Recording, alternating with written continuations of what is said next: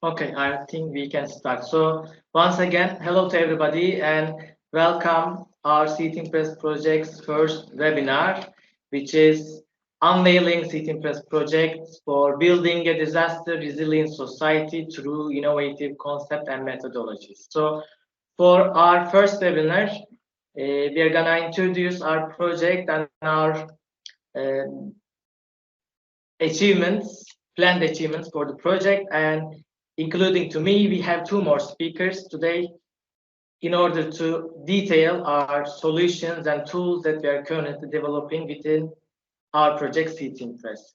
So I will start briefly mentioning about myself, my background, and introduce you our two more speakers.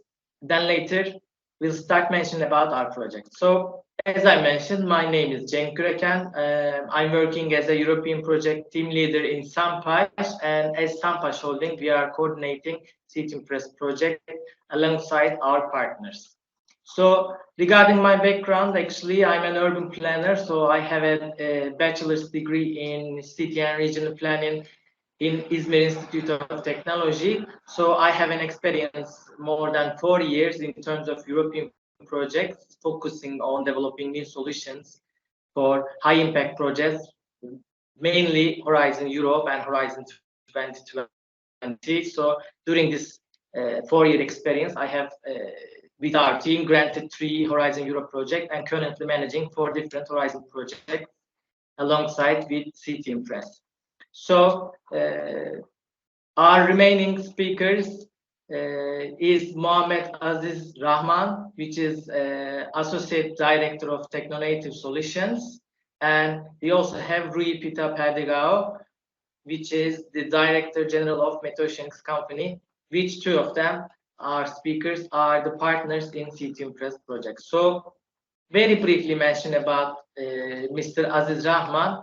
He has more than 20 years of experience in research and consultancy in water, energy, and environmental management. So he acquired his PhD degree in George August University of Göttingen, Germany, and he has extensive experience working with different simulation of optimization techniques to optimize water, energy, and environmental sustainability. So he is also involved developing integrated knowledge-based decision support systems for renewable energy, water sources, and environmental issues. And he is leading as a work package coordinator several scientific teams that deal with development of life cycle analysis and so on. So for our third speaker, Rui Pita Perdigao, he is the head of metochenics and synergistic manifolds, and he's a doctor and chair professor in physics. He's a scientist and entrepreneur, nurturing a synergistic interplay across academia, research, and industry. So he is also editor in international scientific journals, including Earth System Dynamics, sector editor in chief at Climate, associate editor at Frontiers in Physics. So as you can see, we have a strong scientific background in our partners. So very briefly mentioning about the introduction of our project, I'm going to share my presentation and talk about the C2IMPRESS. So our project C2IMPRESS is a disaster. It aims to build a disaster resilient society through our innovative concepts and methodologies. So as you know, and very involved in this kind of environment, we have a very big climate crisis, and with this global warming, and it's coming with its challenges. So very mentioning about these challenges and facts, actually during this last 35 40 years, 87,000 lives have been affected by these climate related disasters and their connected and cascading effects of multi hazards. So within only in European Union, almost 90,000 people are affected. Between those 37 years, these economic losses of these disasters are more than 400 billion euros. And each year, because of these disasters, it costs 12 billion euros only for, let's say, mitigating and fixing this kind of consequences of these disasters. So why is this happening, and what are the fueling factors of this situation? Is that, first of all, there are very big amount of lack of representative, static, and dynamic data for disaster models. So we don't have any data, sufficient data, in order to understand how, why, and the effect of these disasters. So there is also following, and in connection with this, there are lack of understanding and awareness of these kind of climate extreme events.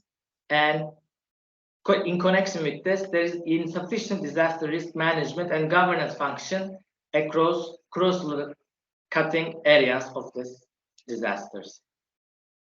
So in order to prevent this kind of disasters and minimize their effects, we are aiming to create some kind of disaster resilience in terms of these events. So in order to achieve this, first, we should, as I mentioned, gain a representative data that is enabling us to understand what is happening, using also geospatial citizen science and big data, and collecting this data, and use and analyze this data for representative and accurate models, considering and understanding past events and anticipating and, let's say, having a projection of future events in order to reduce uncertainty and capture the weathering events in a most precise way.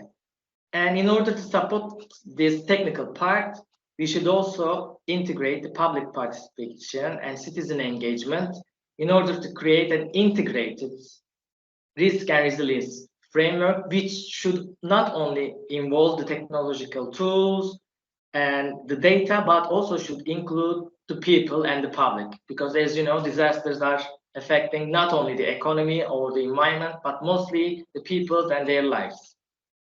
And in the end, we should make objective and science-supported decision-making tools in order to create, in this kind of events, early warning systems and decision support systems for policymakers to act before, during, and after a disaster event.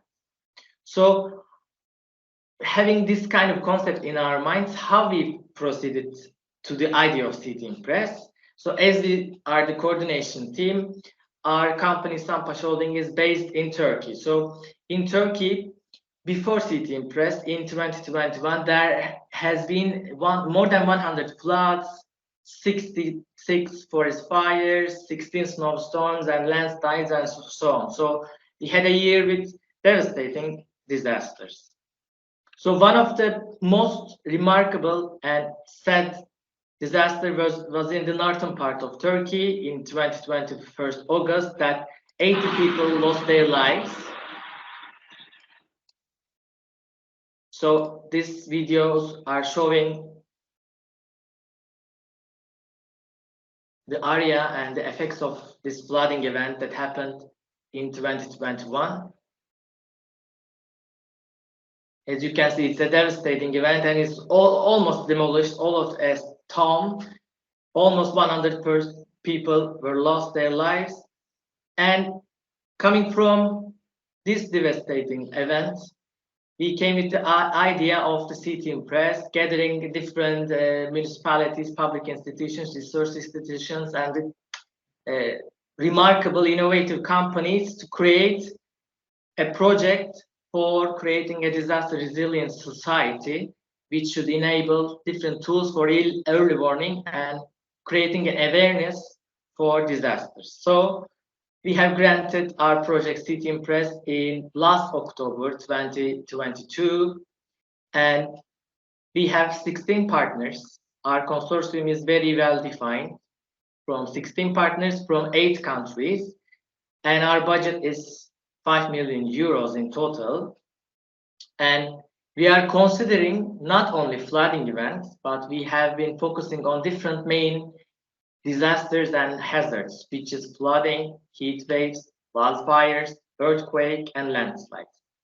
So we have 4 different case study areas, not only in Turkey, but also throughout Europe.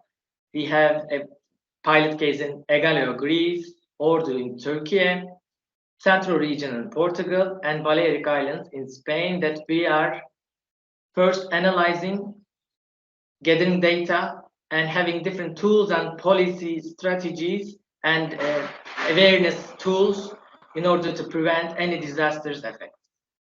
Lastly, before giving the floor my colleague speakers, I'm gonna mentioning about our consortium. Like I mentioned, we have 16 consortium partners from 8 different countries, and we are going beyond Europe, and we have a also partner at MIT University in Melbourne and Australia, and we are aiming to achieve innovative solutions to mitigate the effects of disasters. Hopefully this webinar will be fruitful for you, and I'm gonna give the floor to my colleague, Mr. Aziz Rahman, in order to detail more about the project. Thank you so much, Zenk. Welcome to our C2IMPRESS first webinar. And as you probably have been informed that this would be one of the webinar series. It's the first webinar, and we will have different webinars in every 6 months. So I'm not going to introduce myself because Zenk has given an introductions of mine, and I'm working in the C2IMPRESS project. So the C2IMPRESS project is a co-creative improved understanding and awareness of multi-hazard risk for disaster resilience society. So in this project, actually, we are 16 partners working together from different disciplines and different backgrounds to provide a number of solutions, methods, and models for multi-hazard. Especially, we are focusing on the natural hazards for disaster resilience society. So in this slide, we are seeing some objectives. So these objectives are at very high level, and we summed up of our very specific objectives.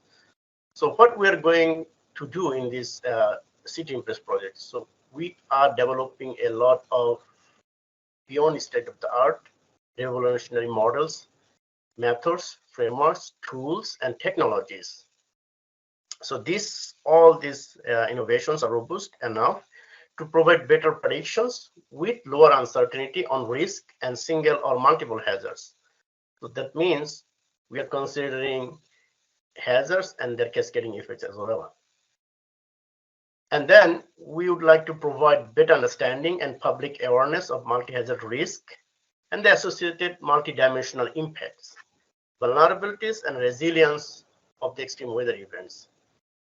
So we are trying to understand their origins and also what are the consequences of these events. On top of that, we are developing a multi-actor decision support microservices. So it is a compilation of different tools and methods and decision support systems, and a number of citizen engagement approaches and tools. And one of our main aim is to embrace a novel co-design and co-creation approach for socio-technical innovations. So we are considering all the public, private, and civic partnerships. So we would like to produce the knowledge and empower the citizens and the society.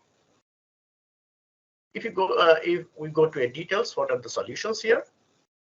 So actually, we highlighted some of the solutions, like here 6 highlighted options, but these are not all the solutions here. So just some highlights. So we are actually people and place-centric integrated multi-hazard risk and resilient assessment framework. We are developing this one. This is one of our main summary of all the resilience assessment studies. Then we are introducing for the first time these public-private civic partnerships, and we are bringing forward this approach thanks to one of our colleague Artelia. Then system of system for multi-hazard risk intelligence network. This is one of the issue that we are going to talk in details in this presentation, in this webinar. So my colleague Rui, he will talk about this one in a bit more details. Then we are developing in this project an integrated risk assessment framework.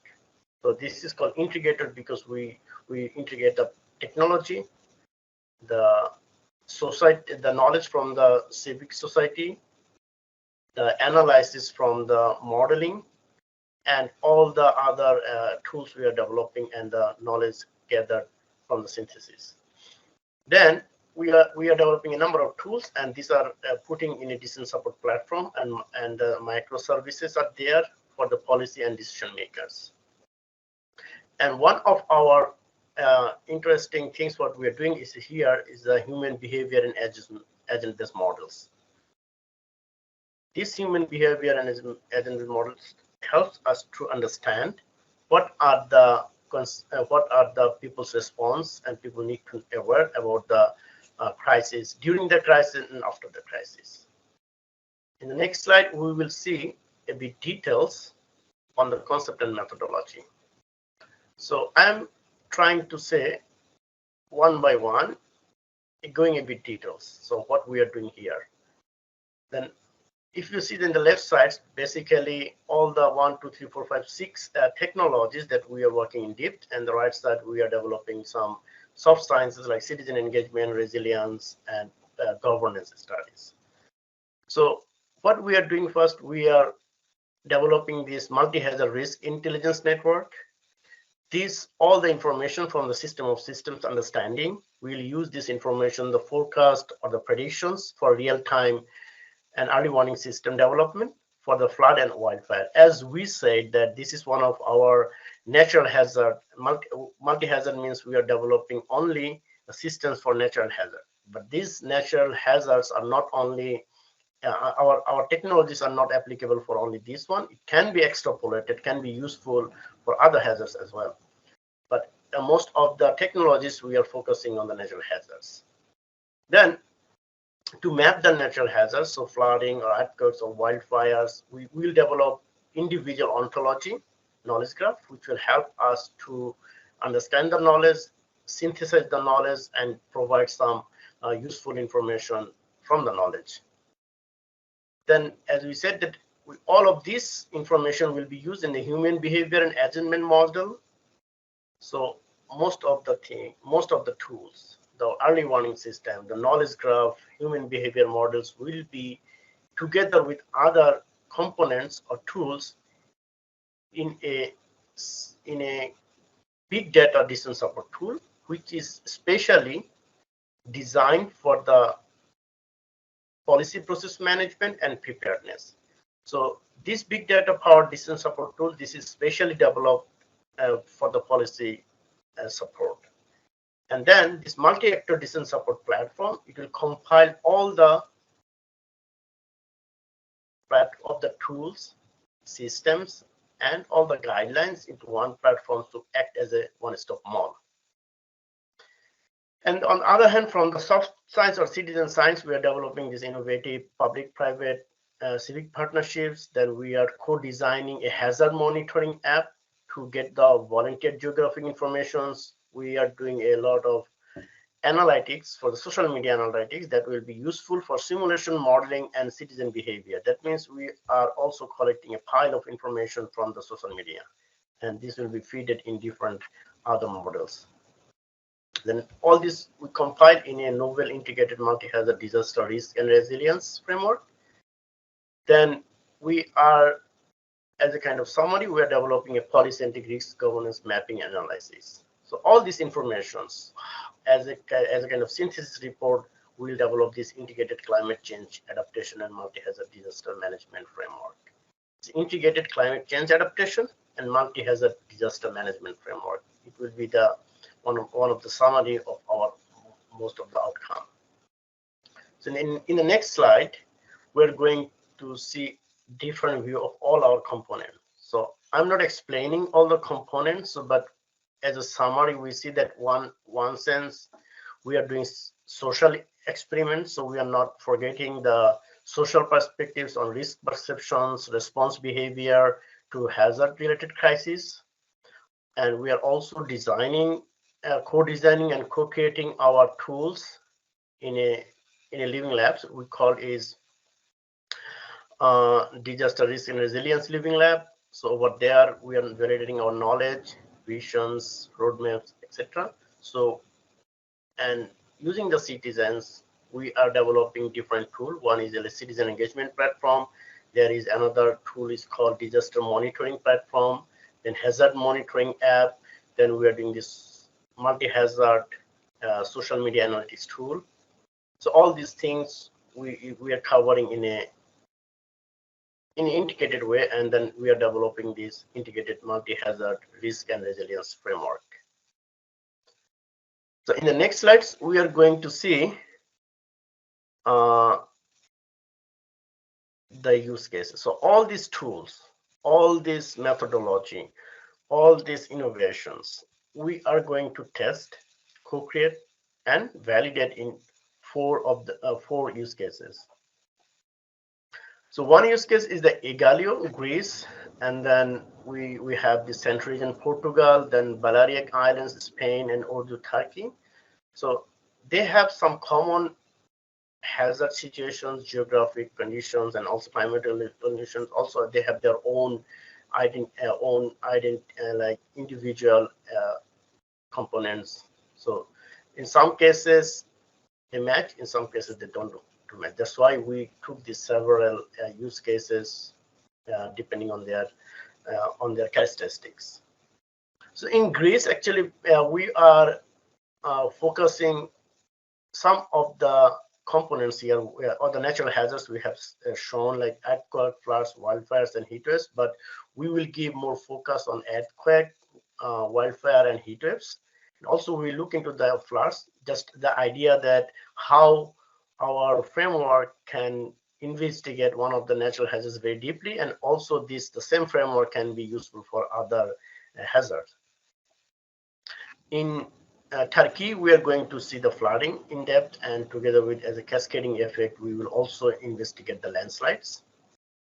In the Portugal, we will look into the details of coastal floodings, fluvial floodings, and together we will also investigate the wildfires. So coastal flooding is one of the main focus over there. Together we will see that the fluvial flooding, and when they comes together, and then how the natural hazards and the risk mapping could be useful. And we are also developing a very sophisticated early warning system for the coastal flooding, and we do it in a way that it could be useful for other regions along the Mediterranean areas. Then we have one use cases in Spain.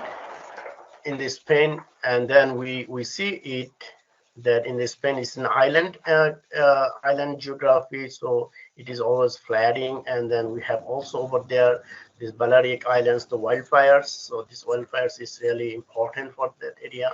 So we are trying to see how these two things can be combined, and how they're impacting each other, or what are the combined effect. And Urdu, Turkey, you have seen this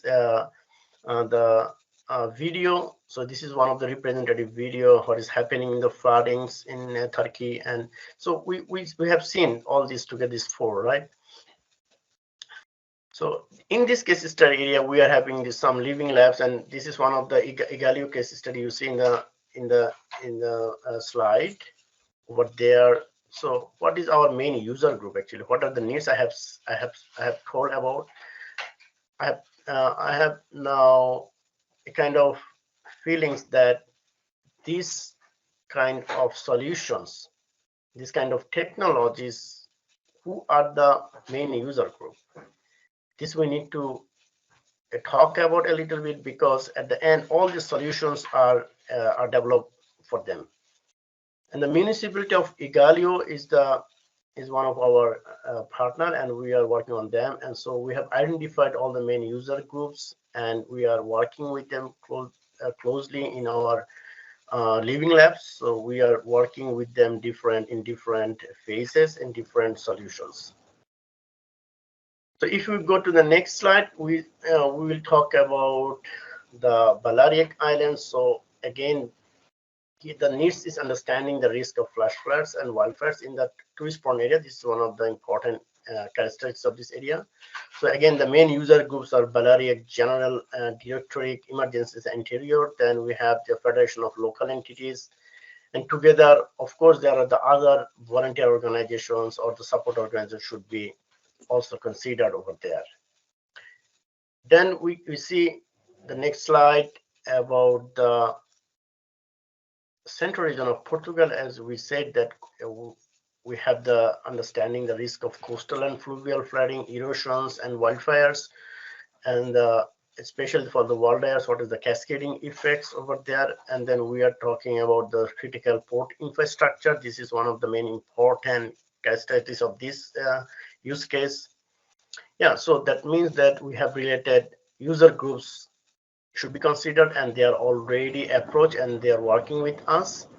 And our main contact is ELNIC over there. So and all the port authorities and river basin authorities, so they are working together in this project and also in some other projects together. Then we have this Turkey use cases. So O2 is already with O2 municipality is also a partner. Then we have other main users like Metropolitan Municipality, Education and Education and Civil Defense Ministry. So they're working with us in this case study area. So this 4 case study area we have chosen, and we have chosen all the we know that what is our concept in this project. So to understand to work properly and to work systematically, we have developed these work packages. So 6 work packages basically working with the different technologies, and 2 work packages is like 7. 1 work package, 6 work packages are developing the technologies. 1 work package is developing the action roadmap, and 2 work packages are common. So dissemination and communications, and other was the project management. So from the work packages, so we will develop a number of deliverables that could be available. Some of the deliverables are sensitive due to the its characteristics, but a number of things, the outcomes will be made available to the end users or to the public to understand and to see the results from us. I think the next. Yeah, this is the impact. So impact is we are considering the impact is like we are developing the tools. This is one of the scientific impact that the new innovative tools are there. But what are the uses? So we are understanding the system. So and this is ensuring that the quantitative hazard informations and qualitative hazard information is available. So we are producing new insights, new data, and technology for generation of new data, and this will have huge impacts. Then we are developing novel interdisciplinary risk and approaches. And then we have risk resilience assessment solutions. We have advanced data management information solutions and forecast early warning systems. So all of these outputs will have more impacts, not only Europe, and this can be a kind of takeaway message to the other similar like kind of multi-hazard problems around the globe. Yeah, I think I would like to close here my talk.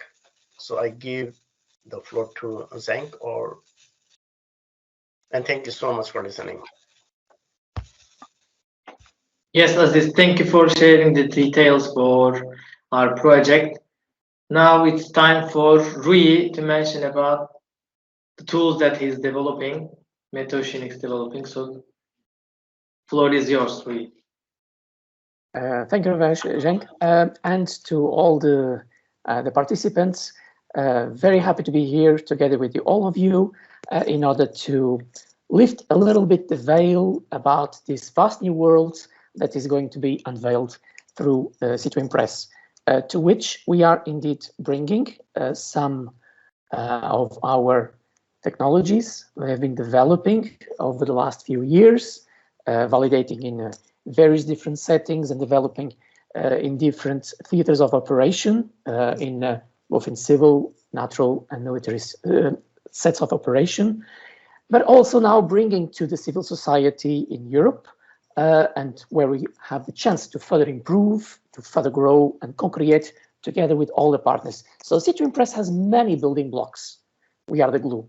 We are the glue that is going to bring methodologically all these methodologies together into a system of systems. What is a system of systems? It's not something in which you have disarticulated, disconnected autonomous systems. No, each system has its own behavior, of course, but they are co-evolutionary. So they are mutually codependent. They are interacting pretty much like the subsystems that we have in our body, in our organism. So this is a macroorganism where you have microorganisms operating together. I'm going to lift the veil a little bit about what are the pressing challenges that brought us to here, that brought us to participating in all of this. We live challenging times, as you all know. We are not going to cry about it. We have to take defiant measures to go beyond, to be able to overcome these challenges, to work with nature instead of working against nature, and to work with each other. Not just throwing some technology blindly at things and at data, like is being done all over the world with the classical artificial intelligence, but actually going to a natural intelligence that goes way beyond learning, reading, interpreting nature and our society. We live in a time in which we have disruptive social natural transformations, coevolutionary interplay, that are breaking down the very same invariants, symmetries, patterns upon which the traditional ways of learning from data were based. And the models from physics, from chemistry, from biology, economics, all of those are based on patterns and symmetries. Here, we have to break down with it and go beyond to capture innovation, because it's not just about tackling the future with tools of the past, because the future is not a repetition of the past. You have recurrent behavior, of course. We have things that have a certain turnover, that repeat, that have a certain recurrence period. But you have a lot of emergence, new surprises, black swans, things that cannot be predicted by traditional models. We need a way to deal with the emergence of unprecedented features that are being faced in a changing world. And those defy the complexity paradigms, including information theory, machine learning, and even artificial intelligence. All of that is based upon learning from existing data. Here, we are going to provide augmented vision, an augmented view, new dimensions that will then provide data, new information beyond the existing data to provide decision support, to provide a new window of opportunity to open up to the world out there where the reality is already happening. We need to harness that information. We need to learn from it. How do we decipher then this unprecedented emergence?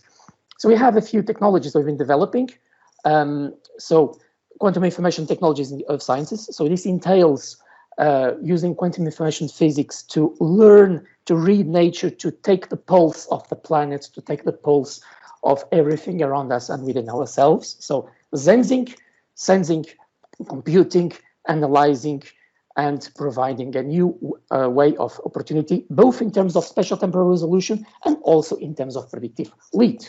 So it's not about throwing silicium machines at making predictions. It's opening up new hardware. We built actually the hardware from scratch. Information physical intelligence is not just something artificial that has its own legal and ethical issues. It's information and intelligence from nature. So nature is our best teacher. Earth system dynamic intelligence, it then integrates this into a new way of articulating natural, social, and technical sciences in a coherent, integrated manner. And augmented information physical systems intelligence, our latest methods that we have been presenting already at the European Geosciences Union and the American Geophysical Union recently in the last few months. It has to do with providing this augmented dimension, augmented vision to see beyond the data, beyond the existing patterns, to see what is innovative, what is already emerging, early warning signs of new unprecedented emergence. This is something that pattern recognition will not see. Why? Because these are not patterns. These are surprises. Things like the emergence of new persistence of changing regimes. So it's not about persistence of just what repeats, but actually the insistence of nature to innovate, to create biodiversity and to destroy, to create new regimes and to destroy other ones. Essentially, it is about predicting innovation. One of the ways that we do it is with the next generation information physical intelligence Earth System Dynamic Intelligence Core to empower systems intelligence. Aziz has very aptly presented the big car. Here we have the engine, the motor that keeps this thing running, to be able to articulate with all the other fantastic methodologies from all the colleagues that will be presenting in future webinars. We have a top-down governance. You have the system dynamics cascading down all the way to the individual actors. This would be thermodynamics. This would be societal political governance. But you also have bottom-up synergy. You have from the individuals, from the humans, from the individual specimens in an ecosystem, from the individual powders and atoms and molecules, to co-creating the local and bigger and bigger and bigger emergent behavior that lives all the way to the system. So from the tree to the ecosystem, to the forest. And here you need three key things: sensing, so with all our quantum and post-quantum information technologies, and also using people as sensors with their insights and with their experiences. So all of that can be quantum dynamically integrated with hardware that is obviously not classical that we develop. Then we have here also the brain, the engine, with a hardware that is, again, not classical. It needs to deal with uncertainties. It needs to deal with the fact that we don't know everything, that we can't know everything, and that nature is always making pranks, is always giving surprises. And then organizing, managing, communicating, understanding, processing. It's not just learning. It's doing all of this, co-evolving, co-creating. So this is not just machine learning. Machine learning is the tip of the iceberg. This is not just artificial intelligence. That is just the tip of the iceberg. It is about something more physical, more natural, more visceral, to be able to act down there on the terrain. This is not just a pure academic exercise. These are things to work to save lives on the field, from event scale in civil protection to long-term planning scale, in order to build together a better world. And then here, detailing a little bit, not because we have limited time, obviously, one of the things is taking the quantum pulse of the planet with quantum information technologies, earth sciences, and now already post-quantum. This is the nonlinear extension of quantum physics. And this brings real-time processing, communication and sensing with our constellation of technologies and sensors. Three examples here of real-world applications. First one on the left, exploded cyclogenetic gravitational pulse. Where is this? Okay, you have a storm coming. The Met Office cannot see it yet. Why? Because the early warning signs are not there yet to be captured by classical sensors and instruments. So what do? You look at the very fine print of quantum gravitational pulses that happen in the Earth system that we detect with our exclusive technologies, and then we are able to see the emergence of what is coming up to be. And this extends a lot, both in space and in time, the lead to predict the emergence of extreme storms. For instance, this one appearing in Newfoundland and then cascading all the way to the Atlantic. And so before you have the optic measurements and the other measurements from electrodynamics and all the other sensors that exist to measure this and this and that, here this provides an additional edge that captures not only what is usually captured by all the existing legacy satellites and other sensors, but also a new wave of predictability that brings new opportunities for early warning and decision support. Second one has to do with long-term regime emergence in geophysical flows. For instance, transformation of El Niño La Niñas way in advance. The crazy behavior of the North Atlantic Oscillation, sometimes going away from where it used to be recurrently oscillating. And then you have these kind of anomalies. It's possible also to detect early in advance. And also magnetohydrodynamic resonance, which has huge impact deep interior of the Earth, thereby affecting the risk and the modeling of geophysical hazards, including earthquakes. Then we also have the issue of augmented information physics systems intelligence, which provides this augmented vision.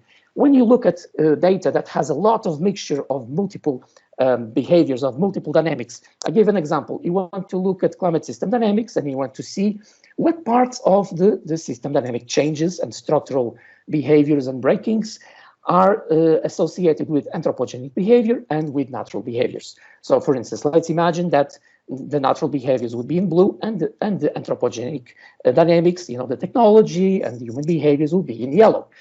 And of course, when you look at climate data, you see everything mixed. It's a huge mix. It's a huge mess.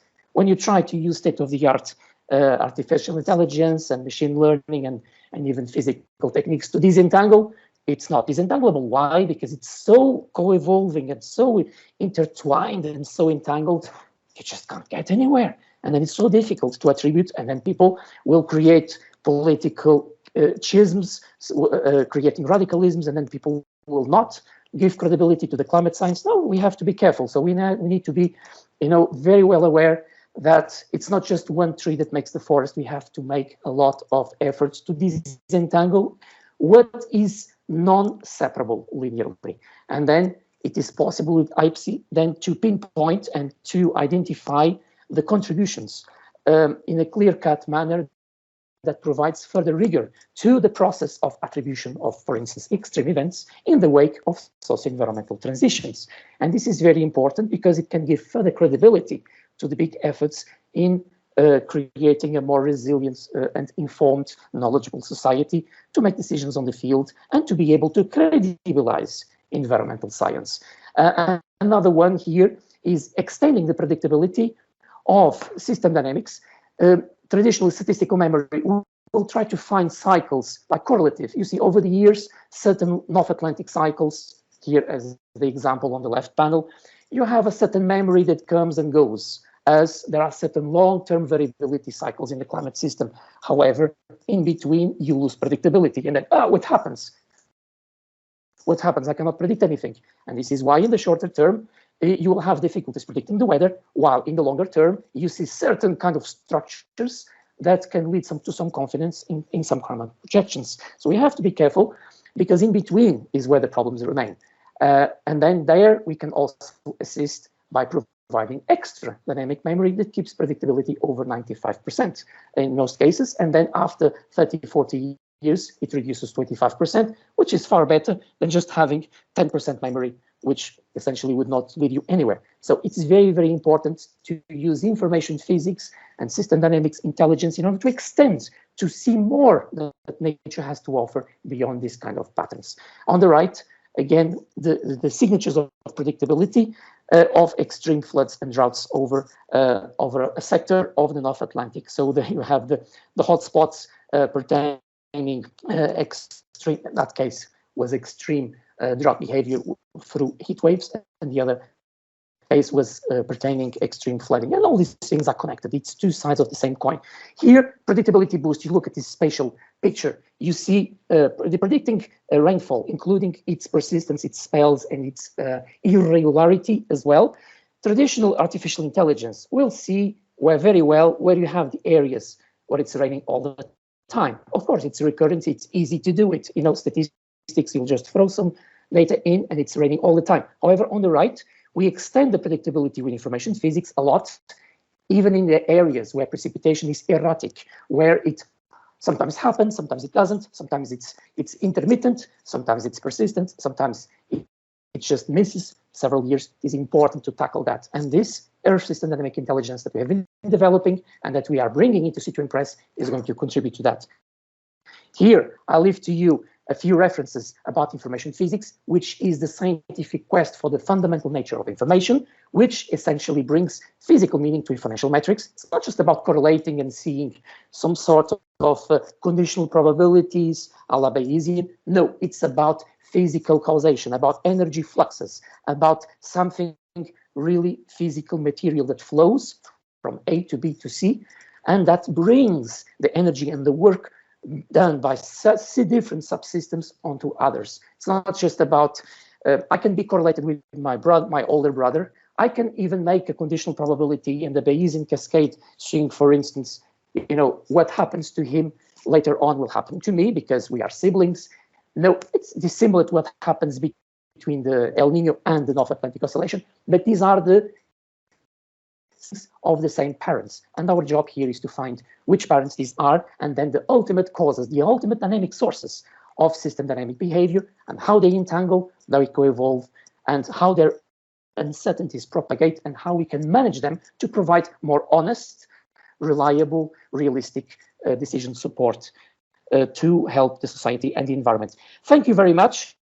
And just a little bit of publicity. This is not just happening inside the project. We are presenting a new session in the American Geophysical Union fall meeting. So there is a big assembly every year. It's the biggest in the world in the geosciences. We are organizing a session, myself, my colleague Julia Hall, Christina, and then Mohammed and so Aziz, who is here. Abstract submissions are open. Those of you who are scientists, yeah, please consider or contact us. And thank you very much. I'm very happy to answer any question.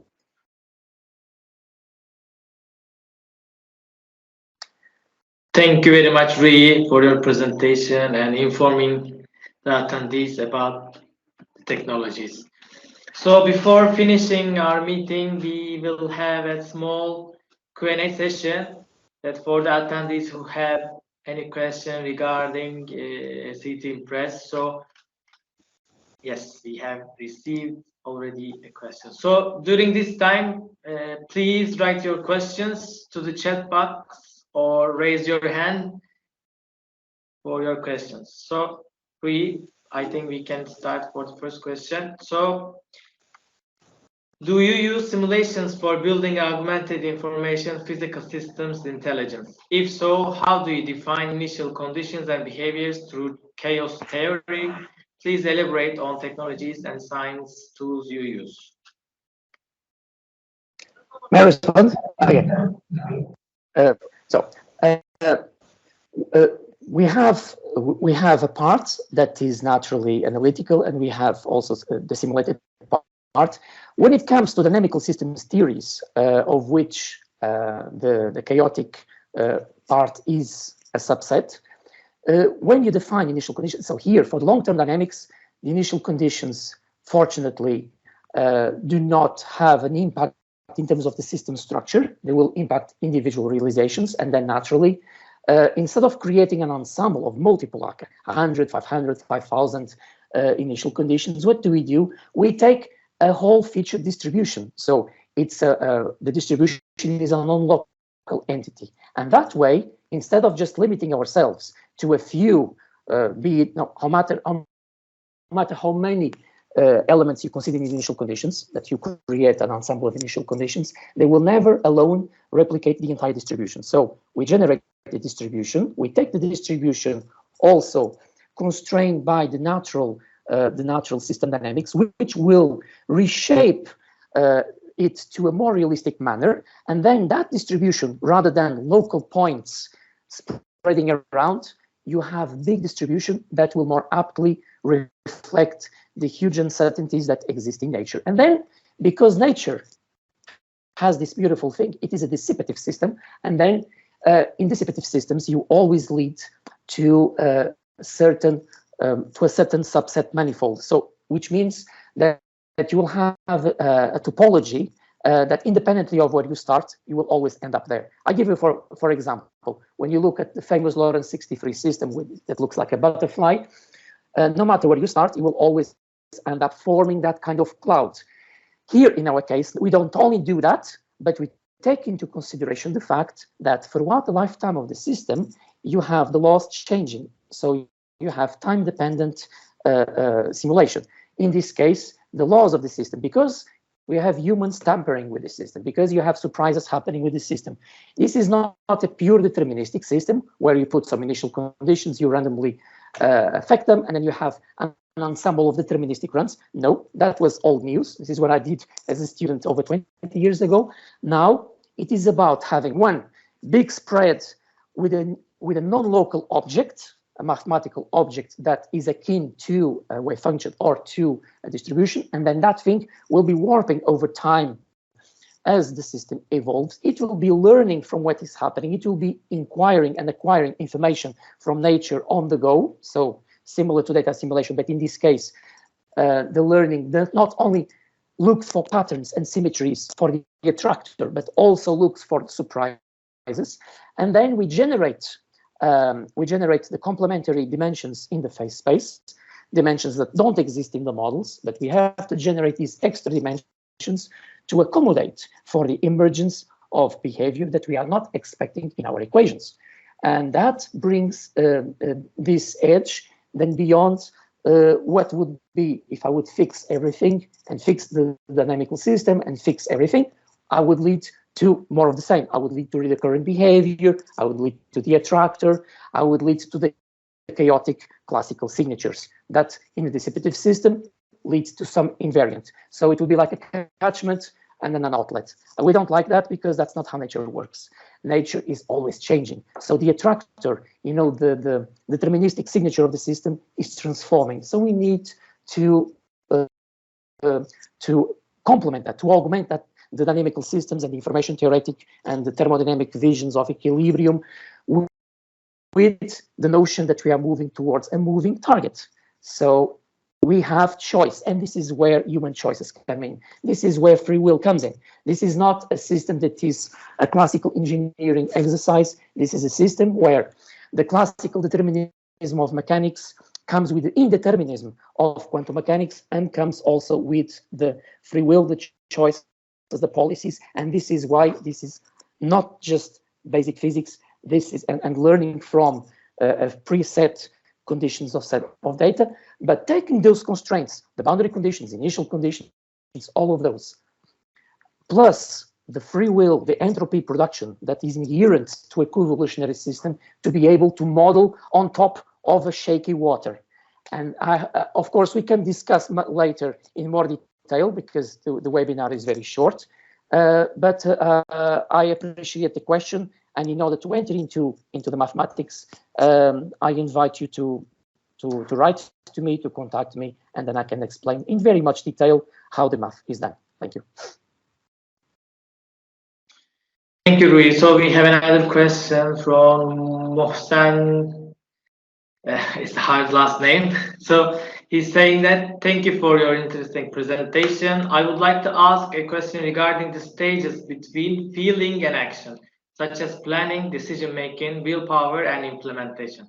In which part of quantum modeling have these aspects have been observed?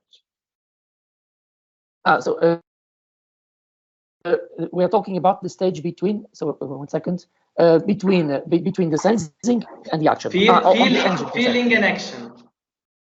Between feeling and action. So the feeling is the sensing, if I understood, and then the action is making the decisions. So when you have that engine where you have the co-creation, the management, the communication, the processing, so you have an inherently, in the end, this system is a quantum computer.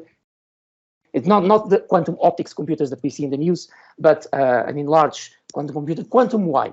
Because you have quantization of states, because in the end things collapse into quantized states. This is how nature works. And on the other hand, you have the blurredness of people's behavior. You have the blurredness of the physics itself.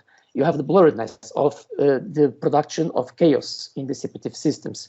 So this blurredness that you see in nature, when you have a fluid entering in a turbulent flow, or when you have free will, or when you have participatory actions in which the people, they come up with their behaviors and they have their own improbable ways of operating, all of that reflects into blurring the state vector of the signal. So rather than having a point signature where you will interact these variables, you need a very blurred set of quantities, hence so quantum objects that are blurred, and they enter in those as any other quantum vector, which is an entity that is non-local, that is blurred, that is akin to a distribution. So these are distributed quantities in space and in time. They deal with multiple spatiotemporal scales. So this is not quantum optics that just works in little photons. No, this is something that is macro scale. And this blurredness enters into that processing.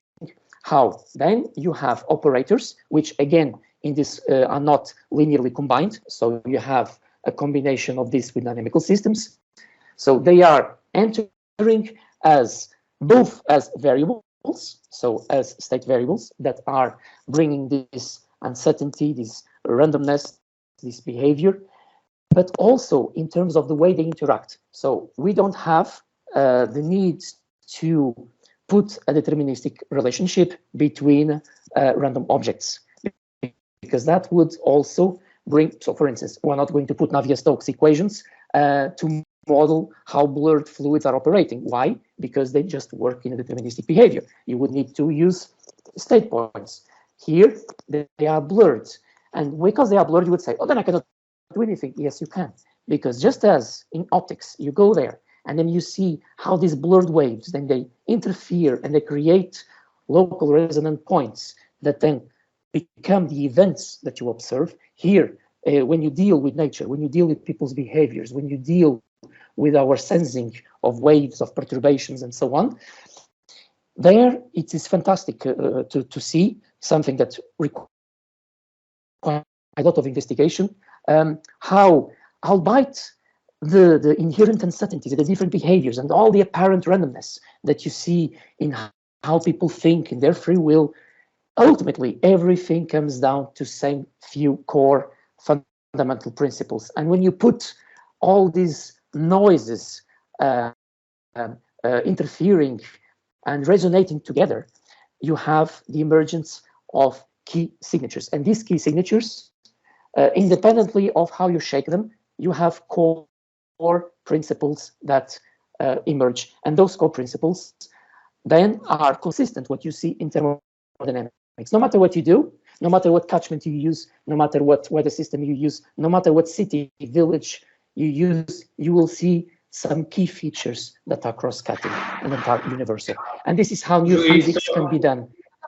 Okay, so sorry to interrupt you. So yeah, just finishing the meeting, and we have a last question. So we have to wrap up and close. So for the last question, we have a question from Lobo Ferreira. Very briefly, if you can explain it, let's say 1 minute, let us close the meeting before time passes. So Lobo is asking, congratulations to the organizers and Aziz and Rui, very transparent talks. His question is, research on trends, those that are irreversible, like Arctic ice cap melting, bottlenecks in legal issues, and willingness to apply.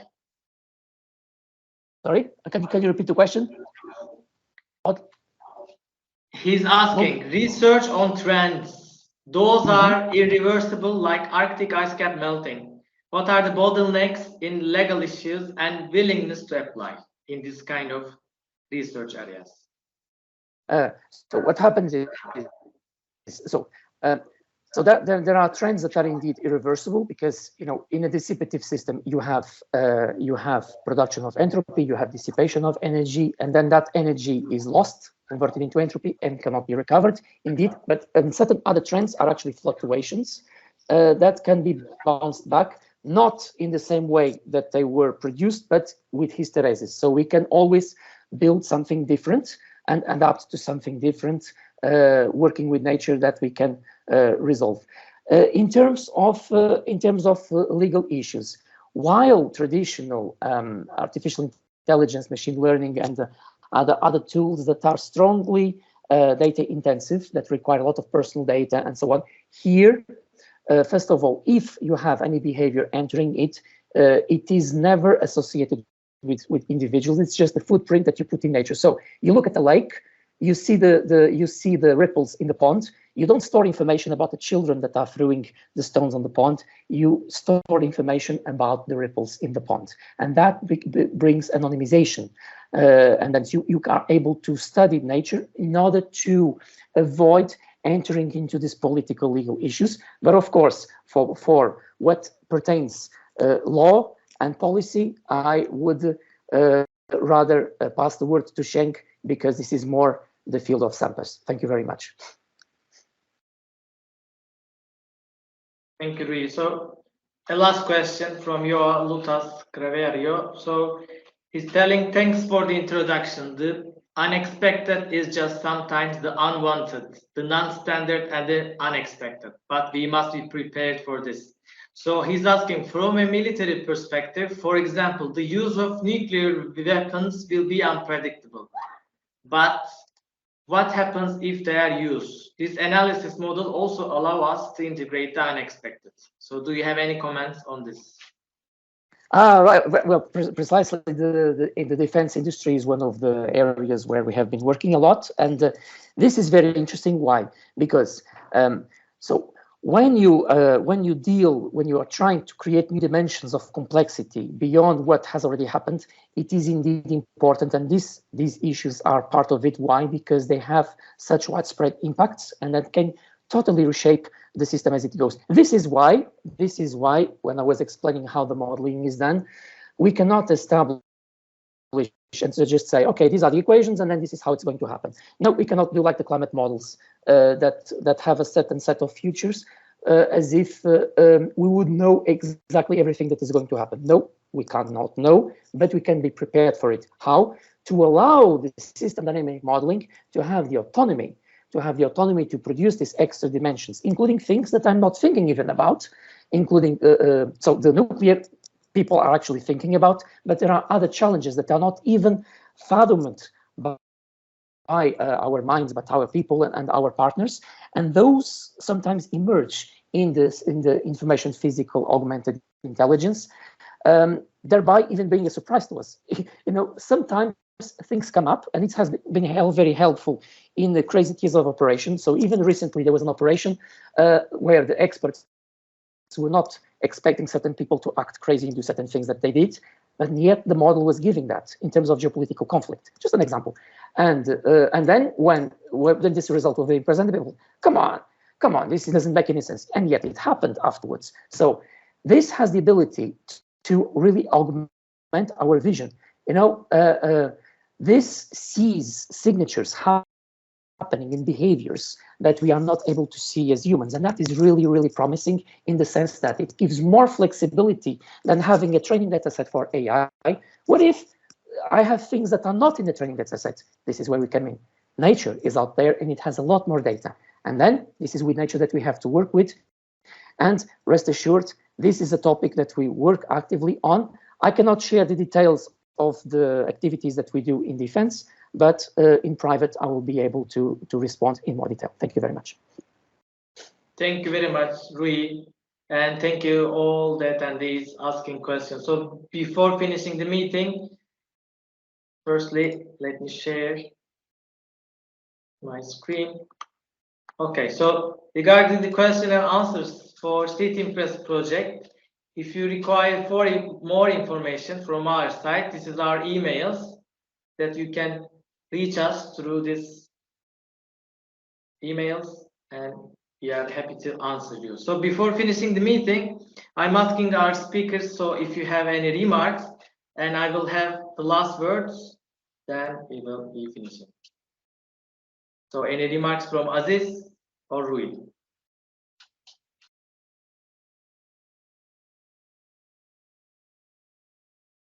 Aziz, we don't hear you.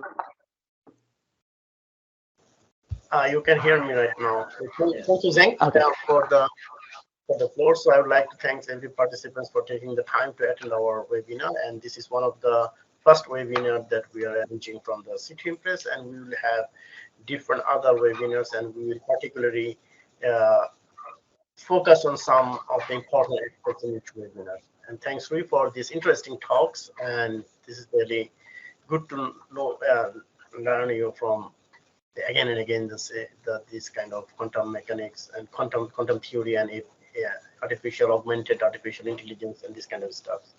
So thank you so much. I think this is the end from my side. Thank you, Aziz. So Rui, any remarks from your side? I would just like to thank all the participants for participating, for coming, for asking questions. It is always so great to be able to discuss and to be able to further work and improve and clarify.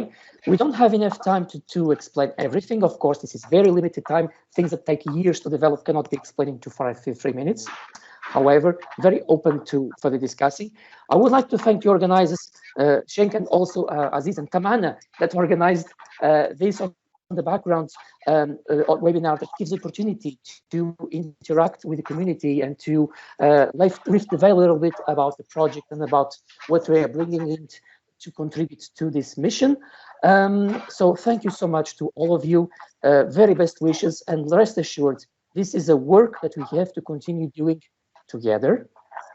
So it is very important to have feedback at all times, because this is the way that science, technology, and most importantly, our society operates beyond the state of the art, and most importantly, beyond the deadlocks that we have been facing in our society and environment these days. Best wishes to all of you. Wishing you a great day. Thank you. Thank you so much, Rui, for the nice words. And like Aziz mentioned, this webinar is just the beginning. So our second and upcoming webinar of C2IMPRESS will be established in next November. So for keeping updated regarding our progress and the news regarding C2IMPRESS, as you can see on the screen, please visit our social media channels and our website, and subscribe our newsletter for getting emails for our news. So once again, I would like to thank everybody for attending our first webinar, and I hope it was fruitful for you, and thank you for the questions asked to us. So thank you everybody, and have a nice day.